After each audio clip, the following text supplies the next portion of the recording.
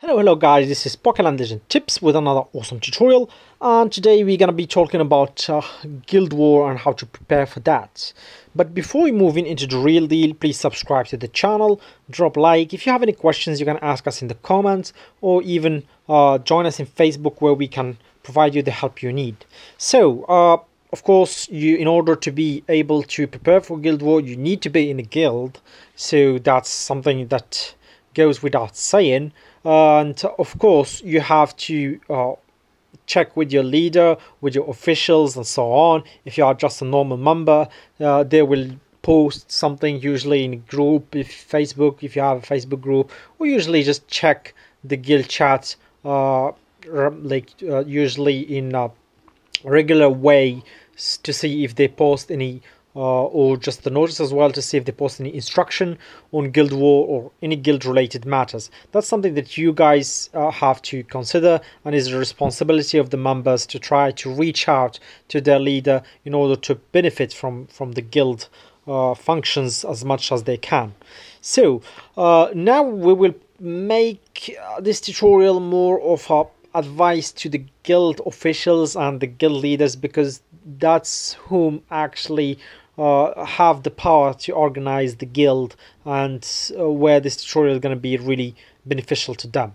So of course you can see here that when you go to the Guild War, you have a lot of maps. I think this is 16 maps, and each map gives some kind of rewards. So of course the really awesome maps are Neo Town, which gives shards, Zircon shards, and Hector City, which gives Reshiram shards. So this is some important maps. And the Rainbow Meadow, which gives of course the attribute to reset the first ability from B to S, which is really important. Mist Forest as well, you can see that. So there is a lot of a lot of maps that give the abilities, give the card to reset the abilities. Other maps, of course, give refined stones and so on. So right now, what you need to consider while trying to prepare for the Guild War is the importance of each map. So usually the maps with 15, you can see here 15, you can see that they always give the advanced attribute cards, and the maps that have 10, they give the refined stones and so on, and the map that have 20 will give the shards. So what you are trying to do here is of course trying to occupy the best maps, which is this part of the screen that you see right now. So this is the best maps that there is, and the rest here is basically other maps that you can get for refined stone. So if your main goal is to get these maps, you have to put your best players in here. So that's one thing to consider.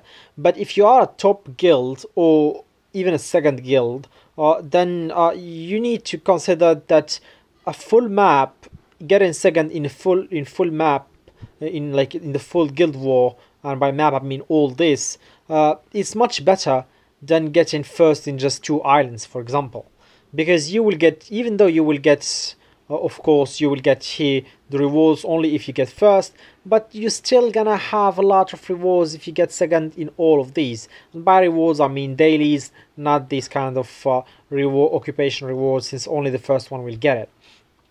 So what I usually do is I created a sheet in Excel where you can see that the rank of each island, there is the important ones, and I also gave some rank for some other islands where I see that there is a lot of activity from other guilds.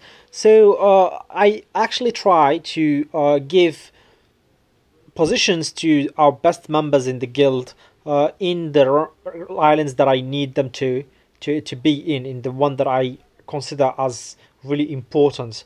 And I do that for at least 15 minutes each Guild War. So for the first 15 minutes, all these people will just stay in their instructed island, and they will stay there for the whole 15 minutes while doing nothing. They will just camp.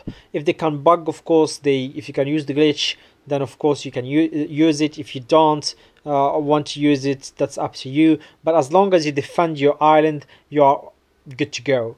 So that's the thing. We try to cover the full map, so we at least can get rewards out of all of this, even if we fail to occupy one of them. so at least we'd get the rewards. Then at the end of the guild war, in the last 15 minutes, I try to tell the members. Of course, you need a lot of coordination here. I try to tell the members that are lacking to actually report on their islands, and we can all go and try just to rush in there and help occupy the island as swiftly as we can. So I think in 5 minutes, if all members of the guild rush into one island, we can get up to 200 300 point difference, and we can just get that in 5 minutes and just do more damage if we are there longer.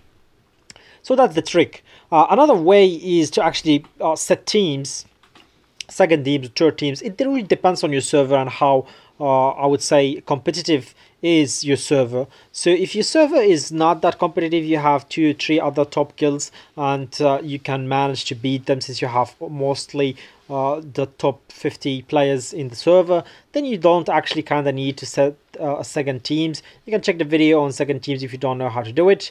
But if your server is really competitive, I would actually recommend setting second teams in all the islands. Try to cover in all the islands. So this is of course just for the first team, and you can see it here. I have another sheet where I set second teams when that is needed, and I ask people that they should set second teams in some islands in order to gain more points in that. And I heard that even in other servers, people are setting even 5 teams each person to be able to win the rewards for Guild Wars, since it's really important. It's actually the only way in end game to get the first abilities attribute cards easily, since you would have already maxed all the dungeons in adventure, and you won't be able to get any of those. In events, it's really rare right now since there is no Vidcos for that. So this is basically the only way you can get it easily. So let's go back to talking about the way you should be prepared for this. So again, you should also consider the power of your members. Try to put the powerful ones in powerful in high demanding islands, and consider that a lot of people don't have a good coordination in their guilds. So if you can manage good coordination in your guild, then that's everything.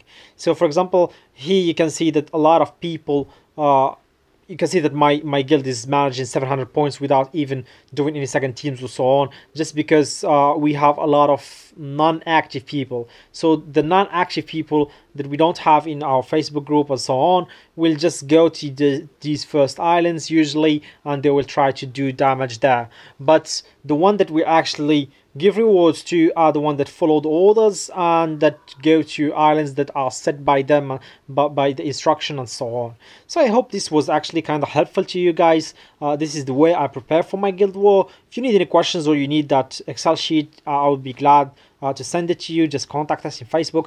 It's in the description below. Cheers, guys.